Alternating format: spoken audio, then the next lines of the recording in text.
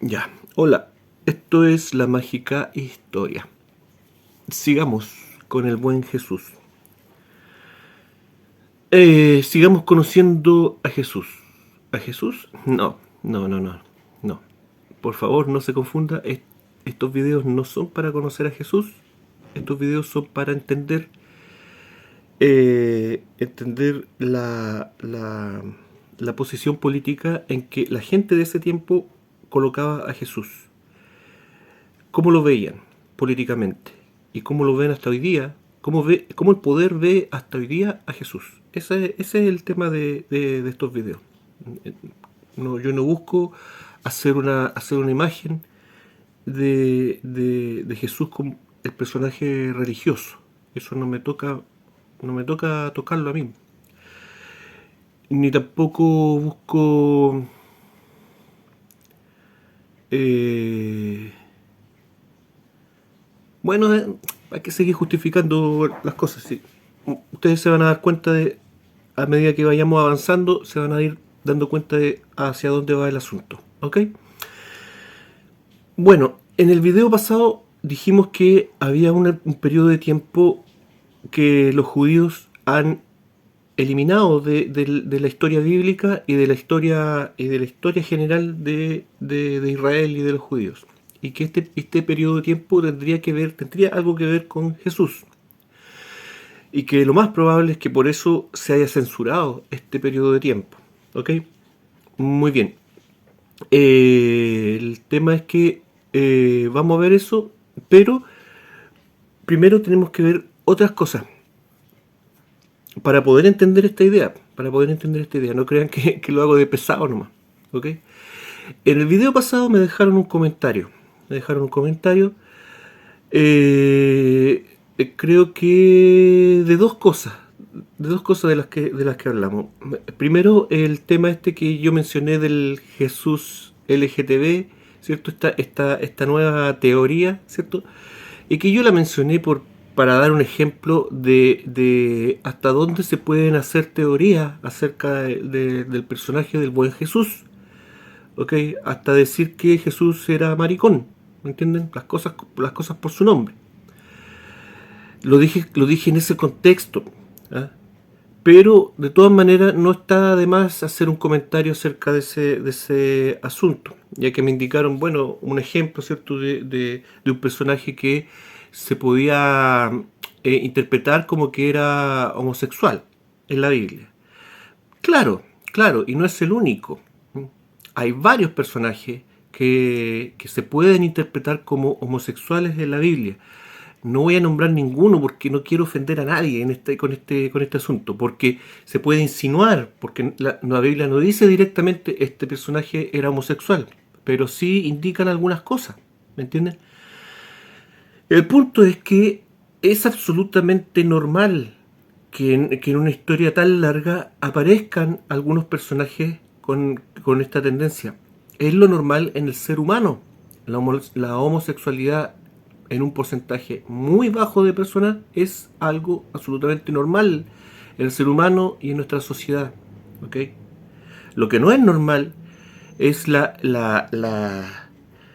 exacerbación de la homosexualidad que estamos viviendo hoy en día, llevando a la homosexualidad a personas que no son homosexuales y que esto les provoca problemas psicológicos. Y ya la población homosexual tiene problemas en asumir su sexualidad frente a la sociedad y un montón de cosas. ¿Mm?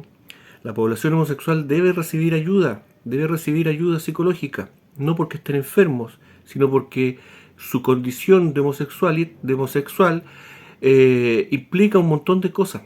¿Mm? Por lo tanto, que aparezcan personajes que se puede entender que eran homosexuales en la Biblia es absolutamente normal. Y también es normal la cantidad de personajes de este tipo que aparecen en la Biblia. Muy bajo, muy bajo. Y eso es absolutamente concuerda con la realidad. ¿Ok? Podríamos seguir hablando acerca de la homosexualidad en la antigüedad. ¿Ok? Pero voy a perder tiempo, pues si no es la idea de esta serie. ¿Mm? Lo único que les puedo decir es que dependiendo del periodo de tiempo y del área geográfica, por supuesto que existían distintas visiones en el mundo antiguo acerca de la homosexualidad, con sociedades que eran más permisivas, más tolerantes con estas y otras que eran absolutamente intolerantes con respecto a la homosexualidad. Pero sí les quiero dar, por ejemplo, un ejemplo, ¿m? De la sociedad espartana, ¿m? Que promovía la homosexualidad en los hombres por un tema ¿cómo se dice? De doctrina militar, ¿ok? Sí. Bueno, es largo de explicar, pero una cosa tenía relación con la otra. Los espartanos, ¿cierto?, eran una sociedad altamente militarizada y llegaron a la conclusión que para sacar el mayor provecho de sus tropas, la homosexualidad entre los hombres era provechosa, por un tema de filiación entre la tropa. Ahora bien, se promovía la homosexualidad, pero no se promovía que el hombre no tuviera familia, por ejemplo. Tampoco se promovía, por ejemplo, el travestismo. La sociedad espartana era absolutamente intolerante con el travestismo. Se consideraba algo diabólico que el hombre se vistiera de mujer. En fin, hay un montón de cosas que se contraponen una con la otra en la sociedad espartana y por eso la estoy colocando de ejemplo y que se contradicen con respecto a estos temas sexuales. Y esto nos da a entender todo el abanico de posibilidades que había en el mundo antiguo con respecto a la homosexualidad, incluyendo a la sociedad judía del siglo I, que es lo que nos convoca, que es lo que es el tema del cual estamos hablando, la sociedad judía que le tocó vivir a Jesús, ¿ok? ¿Cómo era esta sociedad judía con respecto a la homosexualidad? Estricta, súper estricta, súper estricta. Me van a decir ustedes, ¿cierto? Sí y no. ¿Mm? Sí, porque en algunos lugares era así, pero en otros no. En otros el tema de la sexualidad era mucho más relajado. Y no solamente el tema de la sexualidad, sino que el tema cultural. Dentro de la Israel del siglo I, ¿cierto? Israel, por llamarlo de una manera, eh, tenía matices muy amplios. Hay un abanico cultural muy amplio, un abanico religioso muy amplio, un debate religioso álgido, súper, súper amplio, súper amplio. Y con esto quiero indicar la segunda pregunta, entre comillas, que me dejaron en este comentario, que lo agradezco mucho, aunque parezca a lo mejor que me molesta, para nada, no me molesta para nada. Eh, que era este tema de que en realidad los judíos habrían ayudado a Jesús, habrían tratado de evitar su muerte, ¿ok? Y por supuesto, dependiendo del punto de vista con que se vean las cosas, se puede llegar a esa conclusión. Pero ¿cómo? A ver, no nos dijeron desde chico que los judíos fueron los que mataron a Jesús y ahora nos dicen que los judíos querían salvarlo. ¿Mm? Bueno, la respuesta es la misma. Había un collage cultural en Israel. Un collage cultural, un collage religioso, un collage étnico. ¿Ok? Y esto también tiene que ver con esta polémica, esta discusión que hay acerca de que si Jesús era o no judío. ¿Ok? Y la respuesta es que sí. Sí, Jesús era judío. No hay duda de eso. Pero, dentro de la Israel del siglo I, habían también minorías étnicas que, que se habían vuelto al judaísmo por un tema de conveniencia de sobrevida, ¿okay? Para evitar persecución política, para evitar persecución religiosa, para evitar persecución cultural, para evitar persecución étnica y para tener una mejor sobrevida en el mundo judío del siglo I. ¿Okay? Entonces eran sociedades, eran grupos humanos que públicamente practicaban el judaísmo, pero en secreto o en la perspectiva más íntima de estas sociedades practicaban sus tradiciones culturales originales. ¿Ok? Algo que no es muy distinto a lo que hicieron los propios judíos cuando después de la diáspora se vieron en este exilio forzado. Y se ve, por ejemplo, en España con este tema de los cristianos marranos, que eran judíos conversos, que todo el mundo sabía que eran judíos de día, o sea, perdón, cristianos de día, pero judíos de noche, por decirlo de alguna manera. ¿Me entienden? Bueno, en la Israel del siglo I también existía esta situación, pero con minorías étnicas, con pueblos que vivían en Israel y que se habían vuelto al judaísmo. ¿Ok? Entonces, ¿dónde encontrábamos en el siglo I? ¿Dónde encontrábamos a los judíos más puros, más puritanos, por decirlo de alguna manera? En Judea. En Judea. Este reino, ¿cierto? Donde estaba Jerusalén y sus alrededores. ¿Ok? El reino de Judea, donde vivían los judíos propiamente tal. Pero el resto del mapa ya se complicaba un poco más la cosa para saber qué tan puritano y qué tan estricto, por ejemplo, en el cumplimiento de la, ¿cómo se dice? Alaja, no sé cómo se pronuncia, perdón. Este compendio de leyes cotidianas del judaísmo, ¿cierto? Ya se complica en el resto del país, ¿ok? Tenemos al medio, por ejemplo, los samaritanos, que ya lo vimos un poco de que la tremenda controversia que tenían entre judíos y samaritanos, se mataban entre ellos por esta controversia de decir, no, nosotros somos los verdaderos custodios de la ley de Dios, no ustedes, ustedes son los impostores. Y los dos bandos alegando lo mismo, ¿ok? Y más al norte, ¿qué es lo que teníamos? Galilea, ¿cierto? El reino heredero del reino del norte, del reino de Israel, Israel y Judea, los dos reinos. Y hoy en día ¿cómo se dice? La arqueología y distintas otras ramas están comenzando a apoyar, y cada vez se hace más fuerte la idea de que Israel y Judea, el reino del norte y del sur, en realidad siempre fueron dos reinos absolutamente distintos, culturalmente hablando, religiosamente hablando, étnicamente hablando. ¿Ok? Y por supuesto, Israel ya no existía, el reino del norte ya no existía. Pero, pero tenemos a estos galileos como herederos de esa tradición cultural. ¿Ok? Con un collage de cultura dentro de la propia Galilea, ¿ah? con grupos humanos también, la misma situación, judíos de día y otra cosa de noche, ¿me entienden? Y dentro de Galilea, tal vez la ciudad menos judía de Galilea era Nazaret, ¿ok? Y cuando Jesús llega a Judea, ¿cómo lo llaman los judíos? Lo llaman el Galileo o el Nazareno, peor todavía.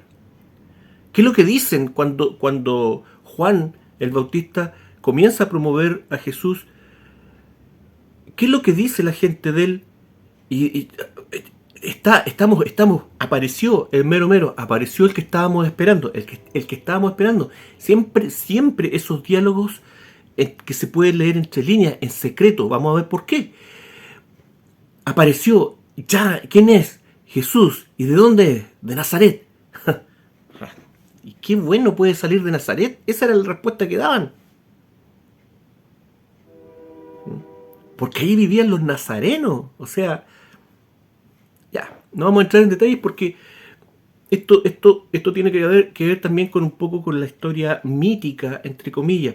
Entonces, nos sirve para poder respaldar el asunto, pero ustedes también pueden buscar material al respecto. Entonces, nuevamente, cuando Jesús llega a Judea, claramente lo identifican como el Galileo o el Nazareno, para decir, ya, este es compatriota, este es judío, pero es prácticamente un extranjero, ¿ok? Y vámonos con cuidado con lo que nos va a decir este tipo. Y a su vez, al mismo tiempo, en en los evangelios, ¿cierto? Muchas veces nos indican una diferencia entre Jesús y los judíos. ¿Ah? Muchas veces los evangelistas, ¿cierto?, escriben una, marcan una diferencia. ¿Ah? Jesús le dijo a los judíos tal cosa. Jesús, ¿cierto?, fue donde los judíos, o los judíos le dijeron a Jesús tal cosa. Marcan una diferencia que los evangelistas quieren que se note que hay una diferencia entre Jesús y los judíos. ¿Ok? Pero insisto, Jesús era judío, claro que sí, eso es indiscutible. Pero dígame usted, era judío, pero dígame usted, indíqueme usted, ¿qué era un judío del siglo I? Y en ese sentido, la situación de la Israel de hoy en día es muy parecida a la Israel del siglo I. Son súper parecidos los ambientes políticos religiosos. Tal vez esto se deba porque en ambos casos estamos frente a un cambio de era. ¿Qué sé yo? A lo mejor el cielo tiene algo que ver, ¿cierto?, en este asunto. ¿Ok? Pero son panoramas muy similares. Y al mismo tiempo que en el siglo I, hoy en día el personaje de Jesús también es un personaje muy estratégico en todo este panorama político religioso. ¿Okay? Y en la Israel de hoy en día nuevamente vemos personas que vivían en Israel y que dicen que la gente que llegó, ¿cierto?, a ocupar Israel después de la Segunda Guerra Mundial, los retornados, ¿cierto?, al igual que en el tiempo del retorno de Babilonia, nuevamente nos topamos esta vez con judíos diciendo que esos retornados son impostores. ¿Okay? Todos estos judíos ortodoxos que aún quedan algunos de los que vivían originalmente, por ejemplo en Jerusalén, o que son descendientes de estas personas y que dicen que ellos están prácticamente secuestrados por el Estado de Israel, que no reconocen al Estado de Israel, que dicen que lo reconocen porque están obligados a reconocerlo, pero que no lo reconocen y que lo plantean como un gobierno maligno, como un gobierno anti Dios, ¿me entienden? ¿Ah? Y eso lo dicen los judíos que vivían en Israel antes de la creación de este país, después de la Segunda Guerra Mundial. ¿Okay? Esta gente no habla hebreo, hablan yiddish. ¿Ah? Y los sionistas de hoy en día tratan de justificar este asunto diciendo de que para esta gente el hebreo es un idioma tan sagrado que solamente lo ocupan en sus actividades litúrgicas. ¿Okay? Pero lo que dice esta gente con respecto al hebreo es lapidario. Ellos dicen, ese es un idioma inventado. No es el idioma original, no es el hebreo original. ¿Ah? Y de hecho tienen toda la razón. El hebreo moderno, tampoco voy a hablar de eso ahora, pero puede buscar usted material al respecto. El hebreo moderno es un idioma inventado prácticamente, o recopilado. Depende. Hay muchas formas de plantear estas cosas. ¿Okay? Pero es absolutamente verídico de que el hebreo moderno lo creó una sola persona. Googlee quién es esa persona. ¿Okay? ¿Un lingüista? Bueno, véalo. ¿Mm? En fin, a lo que voy es que el presente y pasado, en este caso, en estos dos periodos de tiempo, se parecen mucho. Y entender la política, la visión política que se tenía de Jesús del siglo I, también ayuda a entender el temor al cristianismo que existe hoy en día en el Israel de hoy en día. ¿Ok? Ya.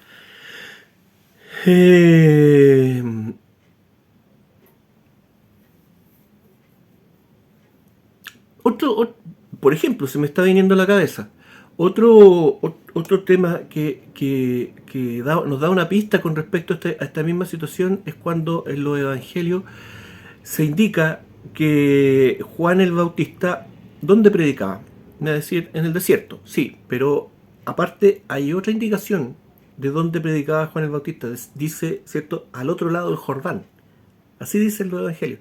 Juan predicaba al otro lado del Jordán, ¿cierto? ¿Qué quieren decir con eso? ¿Qué querían decir con eso los evangelistas? ¿Mm? ¿Cuál es la diferencia de qué lado del Jordán estaban predicando y bautizando? ¿Ah? Es que a lo mejor un lado era más hondo que el otro y servía más para bautizar a las personas. No, no. El Jordán, ¿cierto? El río Jordán divide, ¿cierto? Recorre Israel de norte a sur y divide la ladera oeste del Jordán, ¿cierto? Es lo que conocemos como Israel. Y la ladera este eran pueblos que estaban, que tenían alguna relación con los judíos, ¿cierto? Que a veces estos territorios formaron parte de Israel, otras veces no, pero era el lado pagano de Israel, por decirlo de alguna manera, donde vivían comunidades culturales de todo tipo. Y aquí se daba mucho eso de estas personas que eran judíos de día, pero otra cosa de noche. Habían sociedades, ¿cierto?, helenizadas, que llevaban un estilo de vida greco-romano. Habían griegos, habían romanos, habían pueblos griegos, pueblos romanos, pueblos árabes, ¿ok? Por lo tanto, cuando el evangelista dice que Juan el Bautista estaba, estaba predicando y bautizando al otro lado del Jordán, ¿qué es lo que nos quiere decir? ¿Ah? Que no estaba en territorio judío, por decirlo de alguna manera. ¿Ah? Por lo tanto, nos quiere decir que Juan se sentía más cómodo haciendo lo que hacía del otro lado del Jordán. Ahí se sentía más cómodo, menos perseguido y entre amigos. ¿Ok? Y claro, porque Juan, muy cercano a Jesús, tal vez pariente de Jesús, ¿cierto? Vamos a dejar las parentelas de Jesús, ¿cierto? En un puede ser, en un tal vez, ¿ok? Porque si no también ahí vamos a entrar en una discusión muy larga acerca de los primos de Jesús, acerca de los hermanos de Jesús, que la tradición cristiana dice sí a veces y dice no en otras ocasiones, ¿ok? Vamos a dejarlo en que eran personas muy cercanas a Jesús, ¿ok?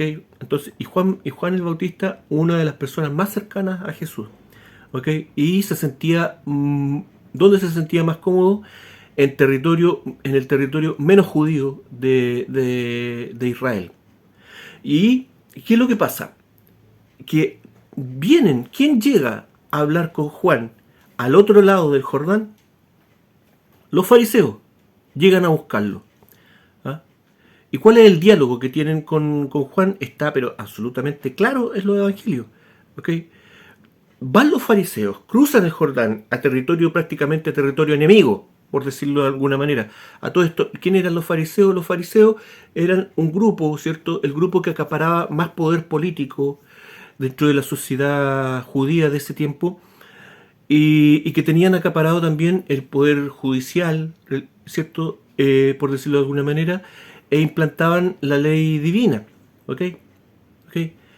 Y tenían muchos negocios, mucho negociado con respecto a este asunto. Abusaban mucho de su investidura, de su poder como jueces, de su poder como líderes religiosos. Abusaban de todo esto. Y eso tenía a la gente, ya los tenía hasta la coronilla. ¿Ok? Y llegan los fariseos a hablar con Juan el Bautista al otro lado del Jordán. ¿Y cuál es el diálogo? Llegan a preguntarle algún tema místico a Juan. No, no están interesados en eso. No están interesados en escuchar la prédica de Juan. Para nada. Llegan 2 cucharadas y a la papa. ¿Quién eres tú?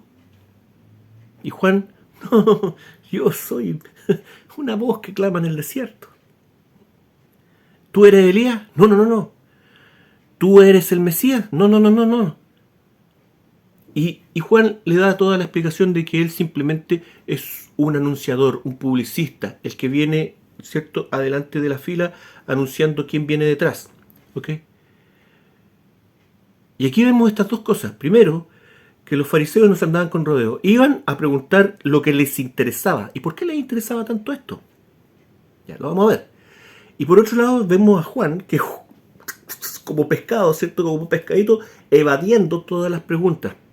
¿Okay? Todas las preguntas insidiosas que podían haberlo, todo lo que digas será usado en tu contra. Juan sabía que era un asunto muy delicado, muy delicado. en la Israel, ¿cierto?, de ese tiempo, decir o insinuar que eras el Mesías. ¿Por qué?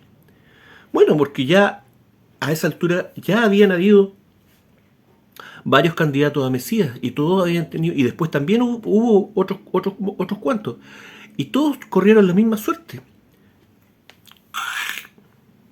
Y no solamente, y lo peor de todo es que no solamente ellos, sino también sus allegados y su familia también eran asesinados por este poder político mafioso de los fariseos. Y Juan lo tenía claro, y Jesús lo tenía claro, y los apóstoles de Jesús también lo tenían claro. Sabían, y esto es muy importante, sabían que se estaban jugando la vida en este proyecto. No era un juego, no era un juego para nadie, no era un juego para ellos, no era un juego para los fariseos.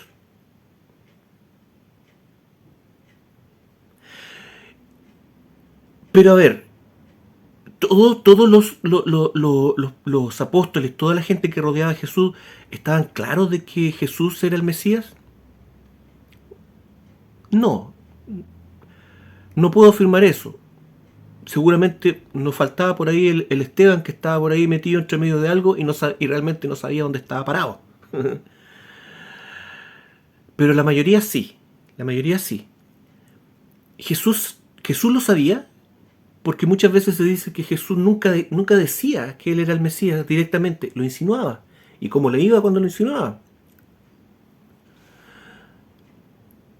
Pero que directamente tampoco, nunca lo decía así directamente. Pero sí sabía, sí sabía, sí sabía. Lo insinuó muchas veces de la manera en que se podía decir. ¿Ok? Porque nuevamente había que ser muy cuidadoso con este asunto. Entonces Jesús también planteaba este asunto de una forma muy cuidadosa, en la que no lo decía directamente, pero le daba a entender a su gente de que él era el Mesías. ¿Ok? Juan el Bautista, lo primero que hace cuando ve a Jesús, ¿cierto? Por lo menos lo que está en los evangelios, obviamente. Pero lo primero que hace es decirle, ¿cierto?, a los primeros apóstoles, a estos primos de Jesús, nuevamente vamos a dejarlo en que eran personas muy cercanas a él. Ahí está, ¿quién? Ahí está Superman, ahí está Shazam. No, pues les dice, ahí está el Cordero de Dios. ¿Y qué quiere decir con esto? ¿Que ahí va el peluche de Dios? No, pues estamos hablando del Cordero de Sacrificio, estamos hablando del Mesías. Ellos tenían el asunto absolutamente claro, ¿eh? Pero tenían que decirlo de estas maneras así media, no sé, coloquiales, no sé cómo decirlo. ¿Eh? Ahí va el Cordero de Dios, el Cordero de Dios, ahí va, vayan. El otro así como, ¿estás seguro? Ese es, sí, ese es el Cordero de Dios. Sabían. Entonces, ¿cuál era la función del Mesías? ¿Cierto? Por si acaso, por si no lo sabe, ¿cierto? El ungido, ¿cierto? El ungido, o sea, estamos hablando de un Cristo, de un rey, ¿me entiendes? Pero ¿qué tipo de rey? ¿Ah? Ese es el asunto. ¿Ah? Yo insisto en esta cuestión de que Jesús no era un personaje cualquiera, de que Jesús era un rey sagrado, pero aparte de eso, era un rey sagrado especial.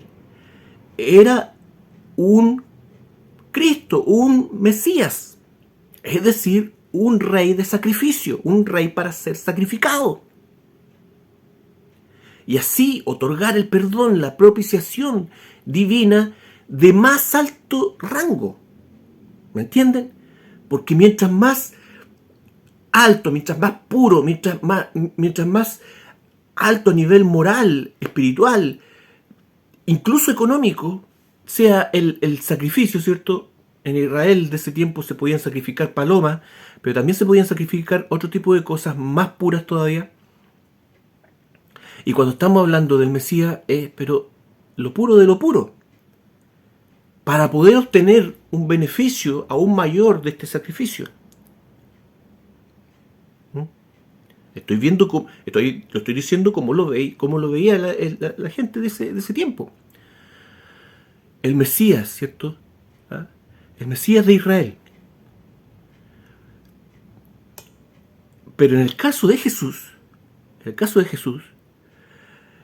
su juicio, todo lo que ocurrió durante la pasión y que nos entrega un panorama donde quedan muchas dudas de por qué, por ejemplo, los fariseos lo tenían con tanto cuidado, lo trataban con tanto cuidado y al mismo tiempo tenían un odio, un celo sobre Jesús tan grande. El mismo cuidado que tuvo, ¿cierto?, que tuvieron las autoridades romanas, ¿m? Y al mismo tiempo esta necesidad de matar a Jesús. ¿Ah? Había que matarlo, había que eliminarlo a toda costa. ¿Ah? Pero al mismo tiempo, chuta, con tenemos que hacerlo con cuidado, y se pasaban la pelota unos con otros. Nadie quería, todos querían que Jesús muriera, todos querían todos querían matar a Jesús, pero nadie se quería llevar el crédito. Nadie, ¿me entienden? ¿Por qué? ¿Por qué? ¿Mm? Bueno, porque dentro de todos estos candidatos a Mesías que hubo en el siglo I, Jesús fue el más importante. Fue el mejor candidato, y no solamente el mejor candidato, sino que el candidato con mayor poder monárquico. Y a mayor poder monárquico, mayor la influencia de la misión del Mesías, mayor el efecto de su sacrificio. Por eso es importante aclarar esta cuestión. Por eso quiero compartirlo. Nunca lo he compartido, nunca. Ay. Ahora bien, ¿por qué para los fariseos era importante eliminar no solamente a Jesús, sino que a cualquiera que se presentara como candidato a Mesías? ¿Por qué los judíos estarían interesados en eliminar a su ideal moral dentro de sus compatriotas? ¿Mm? Y aquí viene la respuesta lógica de este asunto de que ¿por qué lo querían matar y al mismo tiempo por qué los judíos lo querían ayudar? Nuevamente, defíname lo que era un judío del siglo I y se va a dar cuenta de que había un abanico de posibilidades que estaban contrapuestas una con otra, al igual que hoy en día. Posibilidades que son absolutamente incongruentes unas con otras. ¿Ah?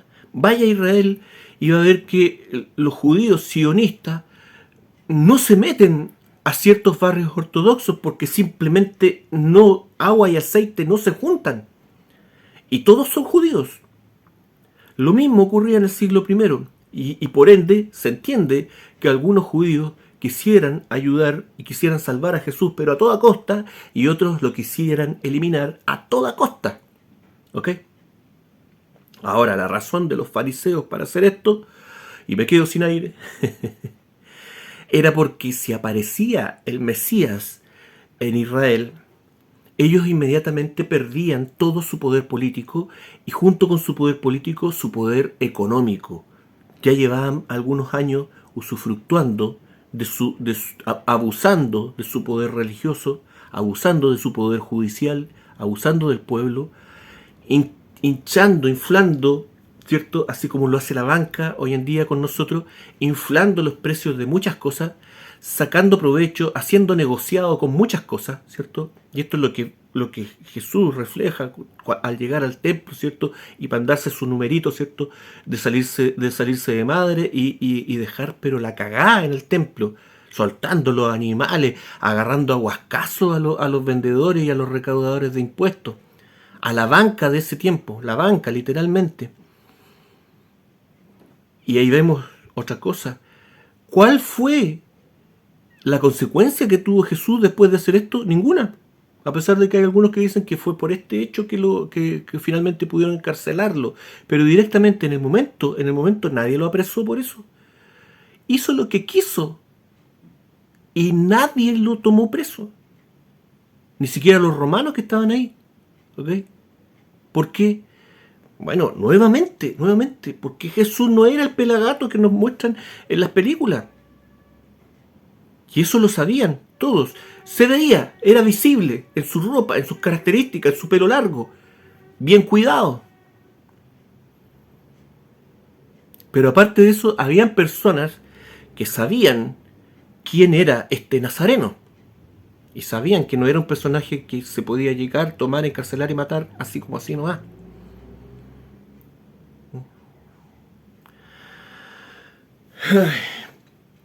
Entonces, eso, eso. Eh, ya, pero Esteban, te estáis dando muchas vueltas. Vamos al hueso. ¿De dónde venía este poder en Jesús? Este poder monárquico. Vamos viendo, vamos viendo. Empecemos por su vía materna. María, María, la madre de Dios, la madre de Jesús. Yo sé que hay todo un árbol genealógico en la tradición cristiana y también en la tradición judía acerca de María, pero ese árbol genealógico está mal. Está mal, está mal. Y no es que yo conozca el árbol genealógico de María, no. Esta deducción viene por otro lado. Por otro lado. Realmente no tenemos un certificado de nacimiento de María para poder decir cuál era su origen, cuál era su abolengo, María, la madre de Jesús. Lo único que tenemos, pero que es un gran dato, y que vamos a ver que es un dato importante en todas las personas que acompañan a Jesús, y que de ahí podemos sacar muchas cosas. De hecho, de ahí yo saco mis conclusiones, ¿ok? Y es simplemente el nombre de María. María. Es lo único que tenemos. Y, y como es lo único que tenemos, a eso vamos a echar mano. ¿De dónde viene el nombre María? ¿De dónde viene? ¿Cuál es su etimología? ¿Cuál es su origen? ¿Y cuándo fue la primera vez que apareció en la Biblia? María, la primera vez que apareció en la Biblia, se le adjudica ese nombre a la hermana de Moisés. ¿Ok? Por lo tanto, dentro de la tradición judía, es un nombre de importancia. Pero a ver, ¿la hermana de Moisés se llamaba María? No, no, no, porque María ya viene siendo una versión, ¿cierto?, al griego, más clásica del nombre original. ¿Ok? María, María, esa es como la última versión. ¿Ok? Y de hecho en la Biblia, originalmente, tanto en griego como en arameo a veces, el nombre María se escribe de distintas formas. ¿Ok? Y ahí los traductores tienen que entrar a ver a qué María se refieren. ¿Me entienden? Muy bien, el nombre original no sabemos cómo era, no sabemos cómo sonaba, no sabemos cómo se escribía. Un problema. Pero lo más probable es que haya sido un nombre más cercano a Miriam, pero con otra pronunciación. Miriam, algo así, por lo que he leído, ¿me entienden? Haciéndole un poco juguetón este asunto. ¿Y por qué tanto desconocimiento con respecto al origen del nombre? Bueno, uno, porque es primera vez que aparece en la Biblia, y no solo en la Biblia, sino que en la historia, es la primera vez que aparece. Y los lingüistas no se ponen de acuerdo cuál es el origen de este nombre. Si es de origen egipcio, si es de origen árabe o si es de origen judío. No hay consenso al respecto. Y hay distintas teorías con respecto a los distintos orígenes. Por lo tanto, por eso mismo también etimologías, es decir, significados del nombre de María, muchísimos, que van desde sanita, gordita, bomboncito, ¿sí? Una de las etimologías de María es bombón, miren qué bonito. Amada, amor, mar, hasta llegar a otras distorsiones, hasta llegar incluso a madre de los arios, ¿ok? Que ya es una etimología que se escapa un poquito de lo más congruente, digamos.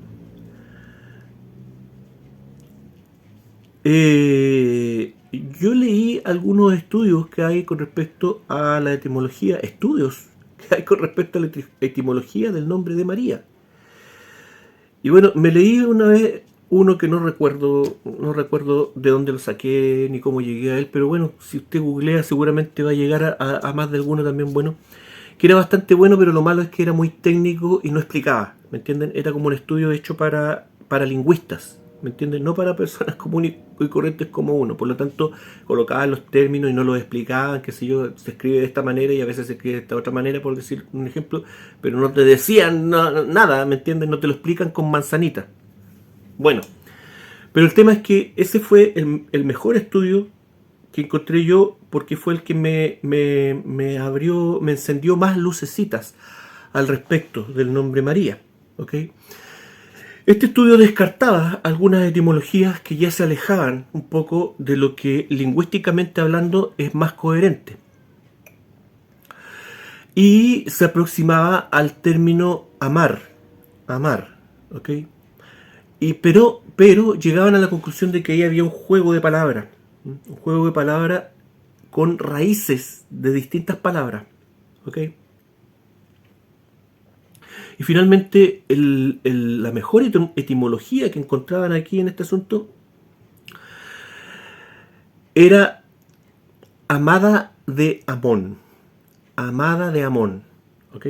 Y esto no lo estoy inventando yo, como les digo, lo vi en este estudio y hacían todo un tema, todo un estudio acerca de las raíces lingüísticas de distintos verbos y cosas, y bla, bla, bla, bla, bla.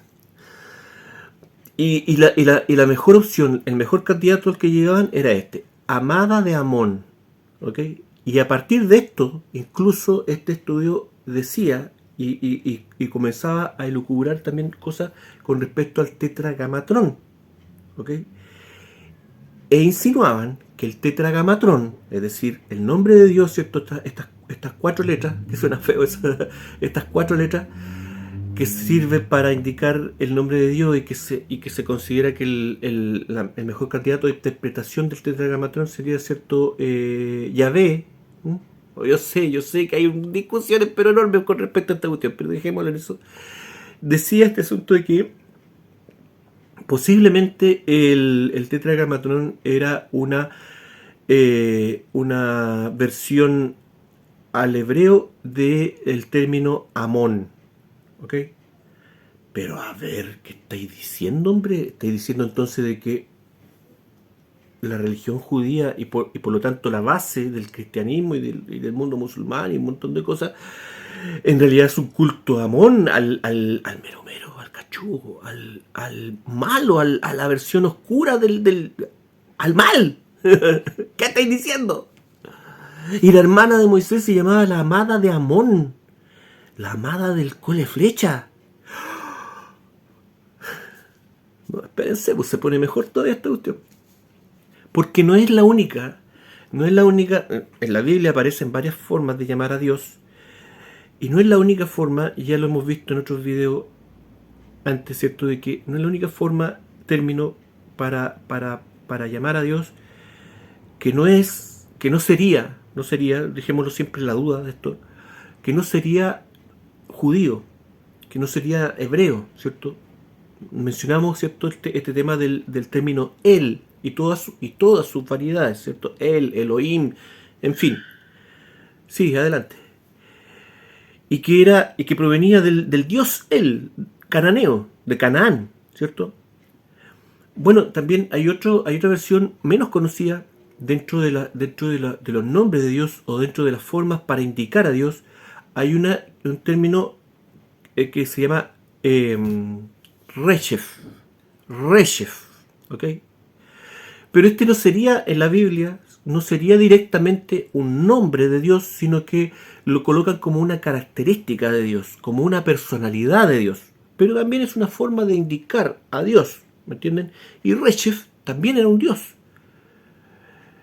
Era un dios también cananeo, pero en este caso era un dios cananeo que emigró, ¿cierto?, a Egipto y también fue adorado en Egipto y que luego de Egipto pasa a los hebreos nuevamente y vuelve a Canaán a través de los hebreos.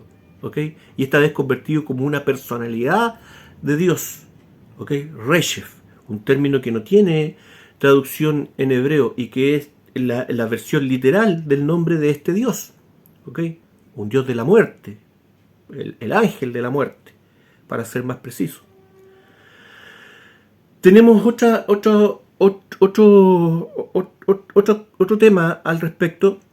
E insisto, todo esto yo no lo invento yo. Son teorías que van apareciendo a través de estudios lingüísticos bien documentados. Otro término para designar a Dios ocupado por el mundo judío y que de hecho para algunos cabalistas es el término más sagrado que hay, que incluso no se puede decir, no se puede emplear para cualquier cosa, sino que tiene que ser empleado para... ¿Mm? Es Adonai. Adonai. Y según algunas también teorías lingüísticas, Adonai sería una herencia también egipcia de Atón. Sí. La celeste. Atón, me asustó. Atón, ¿ok? Y Atón, Adonai. Adonai. ¿Ok? Pero sería la versión en hebreo de Atón. Atón. ¿Quién era Atón? La contrapartida de Amón, ¿cierto? Atón era esta deidad que se inventó Akenatón, ¿cierto? Y que fue heredada después a Tutankamón, y que Tutankamón después fue obligado a volver al culto de Amón y lo rebautizan como Tutankamón, ¿cierto? Y aquí tenemos, ¿cierto?, una cosa que Akenatón, según muchos historiadores, él forma, idealiza, realiza el primer culto monoteísta de la historia. Estaba Atón y no había nada más. Había solamente un Dios. Él habría sido el primero en la historia en indicar esta idea revolucionaria, ¿ok? Y él, como faraón en Egipto, a través de la fuerza, eliminó los otros cultos, ¿ok? Es decir, toda una revolución, porque los sacerdotes de los distintos cultos en Egipto tenían un poder inmenso, un poder económico y político inmenso. Y Akenatón se libera de esto aduciendo de que existe solamente un solo Dios, ¿ok? Y hay muchas teorías que acercan a Akenatón con el personaje de Moisés, ¿ok? Yo hace mucho tiempo también llegué a una conclusión parecida y yo pensaba, inocentemente, yo pensaba que yo era el único ser en la tierra que se había dado cuenta de eso, ¿ok? Claro, después me di cuenta de que habían más personas que indicaban de que Akenatón probablemente, el faraón Akenatón probablemente era el mismo personaje de Moisés. ¿Será esto así? No lo sé, no lo sé. O sea, un tiempo estuve convencido de eso, solo, sacando conclusiones solo, pero la verdad es que no importa mucho, pero sí importa para hacernos una idea de algunas cosas, ¿ok? Lo importante acá es que Moisés tenía una fuerte conexión con Egipto, ¿sí? Y que Moisés vivió en un periodo, en este periodo o en un periodo cercano a esta revolución religiosa de Akenatón, ¿ok? Entonces fueron personajes que vivieron en un tiempo de movilidad religiosa, ¿me entienden? Y de alguna manera Moisés se puede tomar como la exportación de estas ideas religiosas hacia el desierto, ¿ah? Hacia Canaán, ¿ok? Él y sus allegados, más, él y sus allegados más el pueblo de Israel, las 12 tribus, todo entre comillas, todo es cuestionable, ¿ok? Y la historia y la arqueología van avanzando poco a poco y poco a poco están apareciendo algunos datos que nos pueden hacer una idea de cómo fue esto, ¿ok? ¿Por qué tiene esto que ver con Jesús? Nuevamente, porque por María, nuevamente. Entonces, Eh, eh, ahí viene María.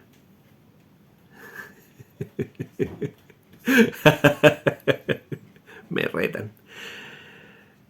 Eh, y me perdí, pum. Me perdí. Perdí el hilo. ¿Cómo era la cuestión? Ayúdenme, pum. Ya estábamos entonces. Ya, lo importante es que estábamos con este tema de que Moisés y su hermana María, que también habría vivido en Egipto, tenían mucha relación con Egipto. Ya. Pero el nombre de María sería la amada de Amón, ¿cierto? Es decir, nuevamente una incongruencia, porque si Moisés habría estado cercano, ¿cierto? Hay hartas correcciones, por ejemplo, como los 10 mandamientos. Akenatón también habría dejado una lista de 10 mandamientos similares a los 10 mandamientos que le entregó Dios a Moisés en el monte Sinaí. En fin, a lo mejor la influencia es para el otro lado, es por el otro lado. Pero en fin, no nos quedemos en el personaje de Akenatón y su historia. El tema es que al salir de Egipto vienen estas 12 tribus, que podrían haber sido más. No conocemos realmente el bagaje cultural de estas tribus, no conocemos el origen étnico de estas tribus, ¿ok? Estamos hablando de un mundo hebreo, y nuevamente recordar de que para muchas personas los hebreos no existieron. ¿Por qué? Porque no hay muchas pruebas arqueológicas acerca de ellos, no hay muchas pruebas arqueológicas acerca de su existencia. De hecho, hay menos pruebas arqueológicas acerca de la existencia de los hebreos que acerca de la existencia de Jesús. Y sin embargo, la existencia de Jesús es muchísimo más cuestionada que la existencia de los hebreos. ¿Ah? Hay una injusticia ahí de un trato especial a Jesús hasta el día de hoy. Hasta el día de hoy lo tratan con temor. ¿Mm? Bueno, yo lo he dicho otras veces, para mí los hebreos sí existieron. Hay un par de relieves y un par de escritos en piedra por ahí que los mencionan y nada más. No hay nada más. Pero yo confío en que las personas que escribieron la Biblia lo hicieron de buena fe y que es un documento, la Biblia, que se debe tomar como un documento de peso por lo mismo. ¿Ok? Por lo tanto, también los libros que hablan de Jesús también son un documento importante, de peso, son documentos arqueológicos, son pruebas arqueológicas. En fin, el asunto es que en este tiempo, junto a las 12 tribus, ¿cierto? Se menciona una tribu especial. Una tribu especial viene aquí en el tema del Éxodo. Una tribu que tiene privilegios por sobre las otras tribus, privilegios especiales, pero al mismo tiempo tiene deberes especiales. Y al mismo tiempo esta tribu también tiene excepciones o prohibiciones especiales. A esta tribu se le permiten algunas cosas que no se le permiten a las otras tribus, pero a esta tribu también al mismo tiempo se le prohíben algunas cosas que a las otras tribus no se le prohíben. ¿Quién? ¿Cuál es esta tribu? Los levitas, la tribu de Leví. En la Biblia hay un pasaje que dice cuál es el origen de Leví, cómo nació Leví, ¿cierto? Y se le da una etimología al nombre, pero nuevamente, según los lingüistas de hoy en día, esa es una mala interpretación bíblica, una mala traducción también, y realmente el término Leví significaría extranjero, ¿ok? Raro, un nombre bastante raro para denominar una tribu de tu pueblo. ¿No le parece? A menos que sea de uso coloquial, un término despectivo. Y los lingüistas dicen eso. Dicen los lingüistas y los historiadores, las últimas líneas de historiadores judíos, ¿ok?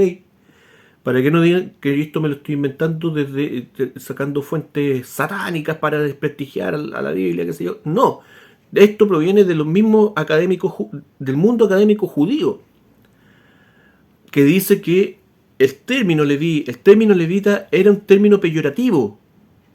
para decirle a un grupo humano, los extranjeros, los inmigrantes, por ponerle, por decirlo de alguna manera. ¿Y extranjeros de dónde? Lo más probable es que de Egipto. ¿Ok? Egipcios que venían junto con el resto de las tribus de Israel. ¿Por qué? ¿Por qué esta gente debería avalar que vinieran egipcios junto con ellos? Porque ellos cumplían, los levitas cumplían una función, y aquí muchos ya saben ya de qué estoy hablando. La tribu de Leví cumplía una función específica dentro de esta naciente nación judía. Y es que todos los sacerdotes judíos, todos, sin excepción, provienen de la tribu de Leví. Por ley. Los sacerdotes no pueden provenir de ninguna otra tribu. De ninguna otra. ¿Por qué? Porque son egipcios.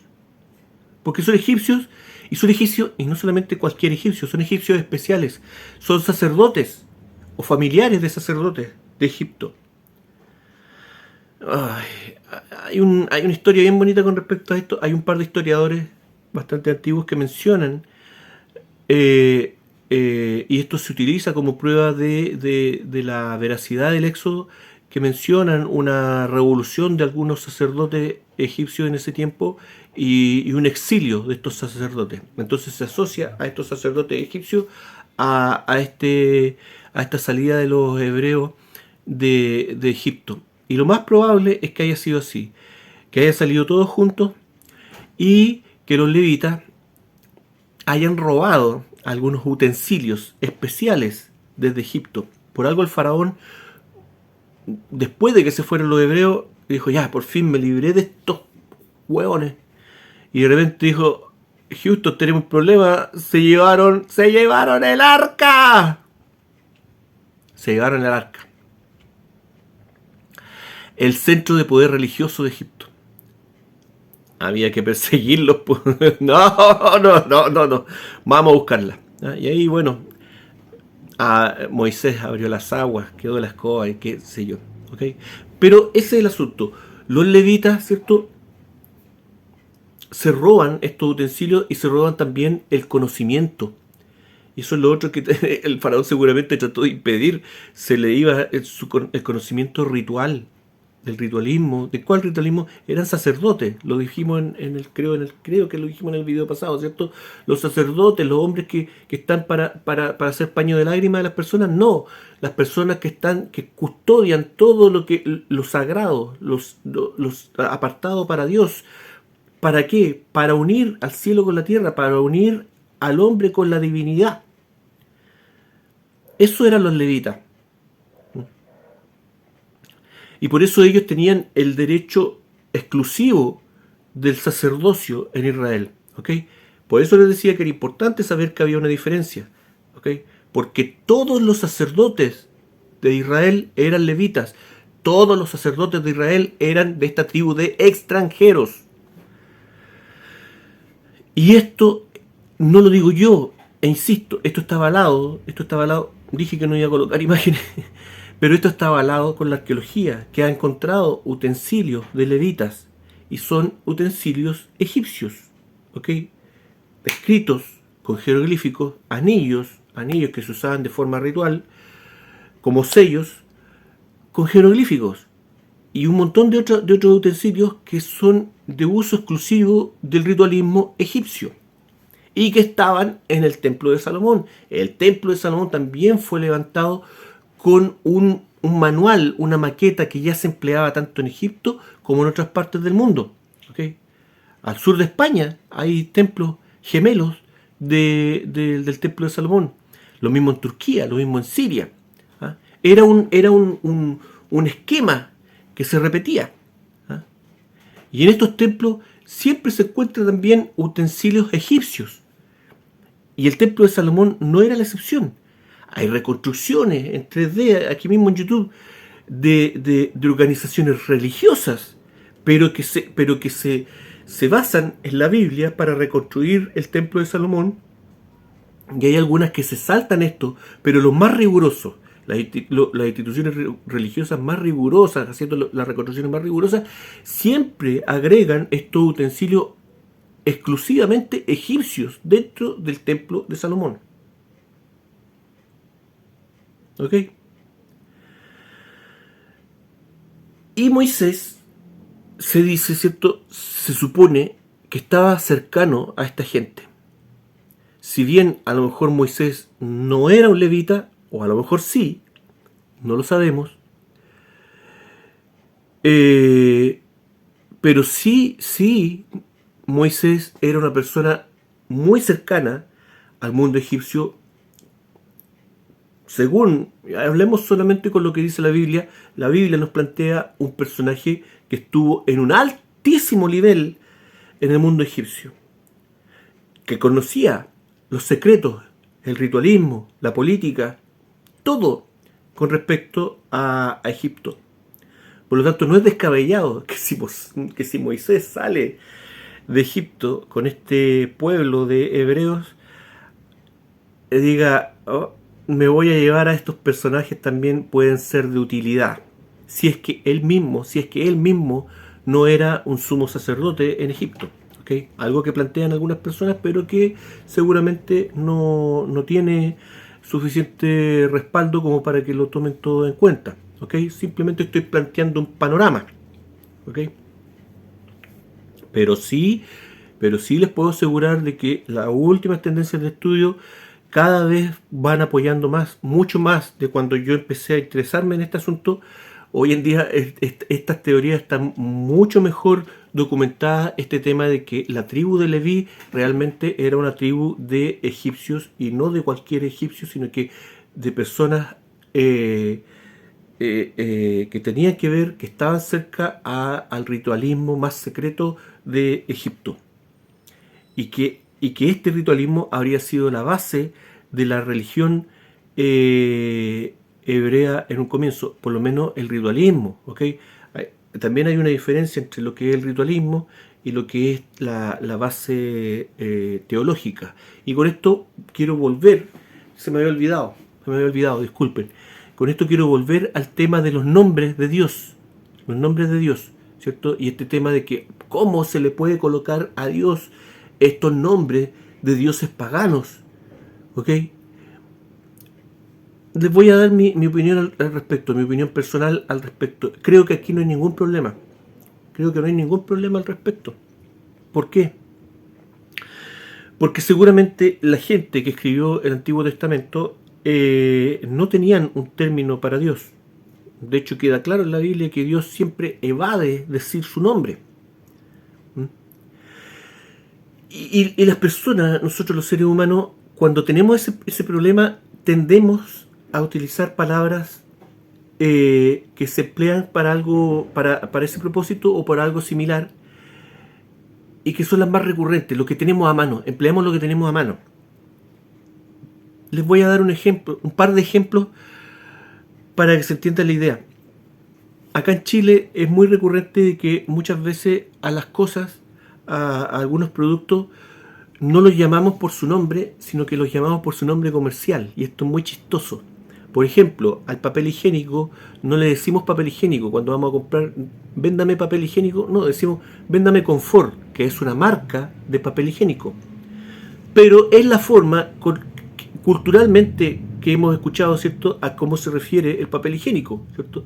Y de niños crecemos con la idea de que el papel higiénico se llama Confort, o que los refrigeradores, ¿cierto?, las neveras, por si acaso hay gente para que me entiendan, les decimos, o les decíamos, la gente más vieja, frigider, por la marca de refrigerador. El frigider, y para nosotros frigider era un sinónimo, era una palabra para llamar a los refrigeradores. No les decíamos refrigeradores, anda al frigider y sácame esto, aunque el refrigerador fuera de marca Consul, Fensa, lo que fuera, era el frigider. ¿Me entienden? Harto tonta tu comparación, pues loco. Estoy comparando peras con manzanas, acá estamos hablando del nombre de Dios, con eso no se juega. Ok. Les voy a dar otro ejemplo para que no se me enojen, para que no me crucifiquen. Insisto que no hay problema con este asunto y que yo veo que simplemente el resultado de buscar una palabra práctica para un término que no tenía una palabra práctica.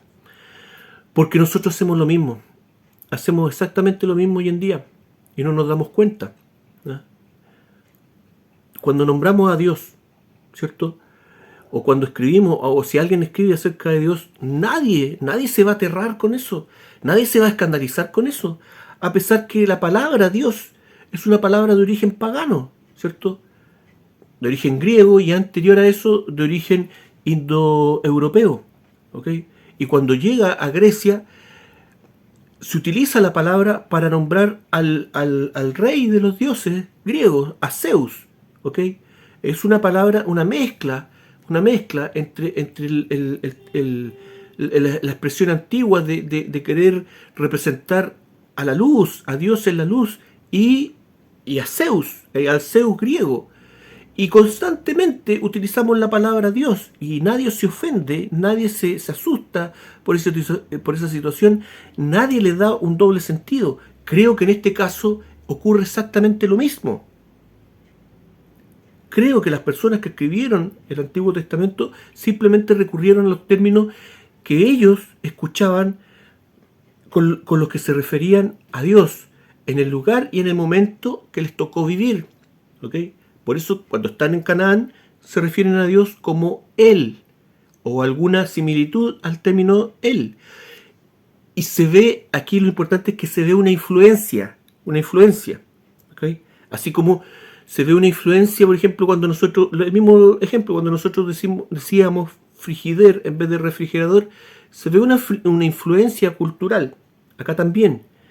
Y lo mismo con estos términos del tetragamatrón, que posiblemente podría ser una versión en hebreo para el término him que alude a Amón, o el término Adonai, según estos estudiosos, ¿cierto?, vinculado al término Atón, la contraparte de Amón, el enemigo de Amón. Tenemos a los dos enemigos, ¿cierto?, para ser empleados para, en fin, una serie de incongruencias que lo único que hacen, creo yo, es avalar el hecho de que las personas que escribieron esto no lo hicieron con mala intención, simplemente ocuparon lo que tenían a mano y punto. Lo mismo que hacemos nosotros cuando nos referimos a Dios. ¿Tiene usted otro término para referirse a Dios que no sea Dios? En su día a día, cuando usted habla de Dios, no tiene otro término. Y antes usted no sabía que esto era de origen pagano, pero ahora que lo sabe, ¿va a dejar de usar el término Dios? No. ¿Me entienden? No hay una mala... ¿Por qué no? Porque no hay una mala intención detrás. Entonces, vamos a terminar el capítulo de hoy día. Falta harto todavía, falta harto. Estoy armando el panorama, digamos, de esta cuestión. Avanzamos realmente bien poco. Así que les voy a pedir, por favor, que no me dejen comentarios, no me dejen preguntas, para no tener que desviarme mucho del tema, para poder avanzar, para poder terminar el domingo. Quiero terminar antes del domingo, ¿vale? Y porque voy a evitar, insisto, contestarlo en la caja de comentarios, los comentarios que me dejen, y voy a tratar de responderlo acá en los videos. Entonces, ayúdenme con eso, no quiero salirme mucho del tema, ¿no? Busquen, yo lo animo a que busquen. Obviamente yo no tengo la razón, tengo la razón para mí. Esta es mi verdad, esta es mi realidad y la comparto para ustedes. Y lo que he compartido con ustedes hasta ahora es simplemente lo que sirve para empezar a hacernos una idea. Ya sabemos entonces que el origen María, y con esto cierro, que el origen María viene de la hermana de Moisés, un personaje que según algunas personas también habría tenido algún poder sacerdotal. ¿Ok? ¿Por qué? Porque la hermana de Moisés, en ausencia de Moisés, en la Biblia, en un par de ocasiones, ella toma el liderazgo de este proyecto de evacuación, en fin. Y toma el liderazgo y lo hace de manera, según algunas personas, de manera ritual, para animar al pueblo de maneras rituales, bailando, tocando el pandero y haciendo ahí seguramente, para algunas personas, seguramente un tema ritual, y de ahí sacan la idea de que la hermana de Moisés podría haber sido a lo mejor un personaje ligado al mundo sacerdotal, una mujer ligada al mundo sacerdotal, algo que para nosotros no cuadra, pero en esta historia de Jesús vamos a ver que no sería ni la primera ni la última vez que vemos esta situación, por eso lo estoy planteando. Y ahora, con esto sí que termino. Luego de que desaparece la hermana de Moisés del Éxodo, ¿dónde encontramos nuevamente el nombre María en la Biblia? No la volvemos a encontrar. No la volvemos a encontrar. Solo la encontramos en el Nuevo Testamento. Y a borbotones, Marías por todos lados. Por todos lados. Todas teniendo algo que ver con Jesús. Pero antes de eso, durante la Biblia, usted no va a encontrar ninguna otra María. ¿Por qué? Porque los nombres en el mundo judío tenían que ver con características de las personas. Bueno, en la etapa más primaria, más primitiva de la Biblia, el nombre de las personas simplemente era algo así como un apodo, una cosa que marcaba una característica de la persona. ¿Ah? Oye, ahí va el señor Chiquitito, por decir algo. ¿Me entienden? Chiquitito, ven para acá. Y Chiquitito era el nombre de la persona. ¿Me entienden? Por eso mismo también en esta primera etapa bíblica vemos algunos personajes a los que después de cierta edad se les cambia el nombre. Por ejemplo, Jacob, ¿cierto? Que Dios mismo le cambia el nombre después a Israel por haber tenido esta lucha con este ángel de dudosa procedencia que se cuestiona cuál era la procedencia y la identidad de ese ángel con el que peleó, ¿cierto? Pero se le cambia el nombre. ¿Por qué? Porque obviamente el nombre que tenía antes, que marcaba una característica de él, ya después de esto después de lo que le ocurre, ¿cierto? Esto es mucho más importante y es una característica más importante para definir a esta persona, ¿ok? Entonces, los nombres tenían ese origen mágico de definir una característica y hacer como un resumen de la persona originalmente. Este apodo era como un resumen de lo que la persona era. Bueno, con el tiempo, ¿cierto? Cuando surge la necesidad de heredar o de indicar que tú eras de una cierta familia, de un cierto tribu, en este caso de los judíos, ¿cierto? Los nombres pasan a ser indicativos de tu origen étnico, de tu origen religioso, de tu origen incluso del lugar, del área geográfica donde vivías.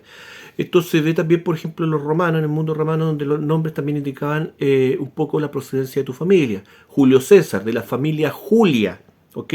Octavio, de la familia Octaviana, los Octavios y la Octavia, los Julio y la Julia, indicando de qué familias eran. Y obviamente el nombre era algo así como un apellido en este caso. Para largo el tema, pero eso es lo que nos sirve.